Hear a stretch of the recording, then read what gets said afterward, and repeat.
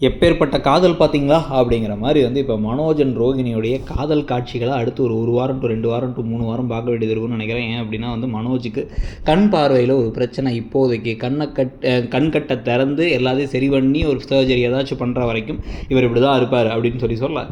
இப்போ கடைசியில் 5000 பணத்தை ஏற்கனவே முத்து இழந்திருக்காருல. இது மட்டும் இல்லாமல் என்ன ஆகும் அப்படின்னா வந்து இதையே காரணமாக காட்டி மீனாவை வந்து அந்த பூ கட்டுறது கூட போடாமல் சமைக்கணும், மனோஜுக்கு தனியாக வேலைகள் செய்யணும் அப்படின்னு சொல்லி கூப்பிட்றதுக்கான வாய்ப்புகள் இருக்குது. இந்த சமயத்தில் மீனா வந்து கொஞ்சமாச்சும் அறிவுபூர்வமாக அந்த சிந்தாமணியெல்லாம் நேரில் பார்த்ததுனால அதெல்லாம் நான் பண்ண முடியாது, என் கணவருக்கு ஒன்றா நான் பண்ணலாம், என் கணவரோட அம்மா அப்பா நீங்கள் உங்களுக்குனா ஏதாச்சும் ஒன்றா பண்ணலாம், இப்போ ரோகிணியை வேணால் பண்ண சொல்லுங்கள், ரோகிணி வந்து அவங்க கணவருக்கு சேர்ந்து பார்த்துக்கிட்டோம், முத்தம்லாம் கொடுத்து அவ்வளோ அன்பு பாசத்தெல்லாம் வெளிப்படுத்துகிறாங்க அப்படின்னு சொல்லிட்டு மீனா விலகணும்.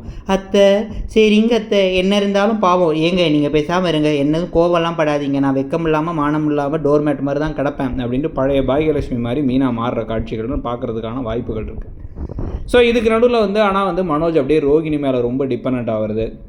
ரோகிணி வந்து இந்த சமயத்தில் கூட நமக்கு கண் பார்வையே இல்லாமல் போனால் கூட நம்ம கூட இருப்பேன்னு சொல்லி சொன்னாங்க. இந்த அளவுக்கு அன்பா அப்படின்னு 2 பேர் யோசிக்கிறது ரொம்ப நெருக்கமாகிறது. நெருக்கமானதுக்கு பிறகு இந்த ப்ரௌன் மணியுடைய அந்த தம்பி தங்கச்சி பொண்ணு பையன் கல்யாணம் இருக்குல்ல, பரசுடைய பொண்ணு கல்யாணம், அந்த கல்யாணத்துக்கு அப்போ ஒரு வேளை நிஜமாகவே இத்தனை நாள் இழுத்து புலி வருது ஓனாய் வருது நரி வருதுன்னெலாம் சொல்லிட்டு இருந்ததுக்கு பதிலாக நிஜமாக ரோகிணி ஆனால் மாட்டினாலும் கூட மனோஜ் வந்து அதை வந்து என்னால் வந்து ரோகிணியை பிரிஞ்சு வாழ முடியாது, அவளோட பாஸ்ட்டாகவே இருக்கட்டும் அப்படிங்கிற மாதிரி ஒரு ட்விஸ்ட் அடிச்சிருவாரா அப்படிங்கிறத பார்க்க வேண்டியது இருக்குது. ஆனால் அது உண்மை வராட்டி கூட, அவங்களுக்கு குழந்தை இருக்குங்கிறதெல்லாம் உண்மை தெரியாட்டி கூட அட்லீஸ்ட் அவங்க வந்து மலேசியாவில் பெரிய பணக்கார குடும்பம் கிடையாதுங்கிறதா தெரிய வந்து விஜயாவுக்கு இவங்க மேலே கோபமாக இருக்கிறது, ஆனால் மனோஜ் ஸ்ட்ராங்காக ரோகிணிக்காக நிற்கிறதுங்கிற ஆங்கிள் வரதுக்கும் வாய்ப்பு இருக்குது.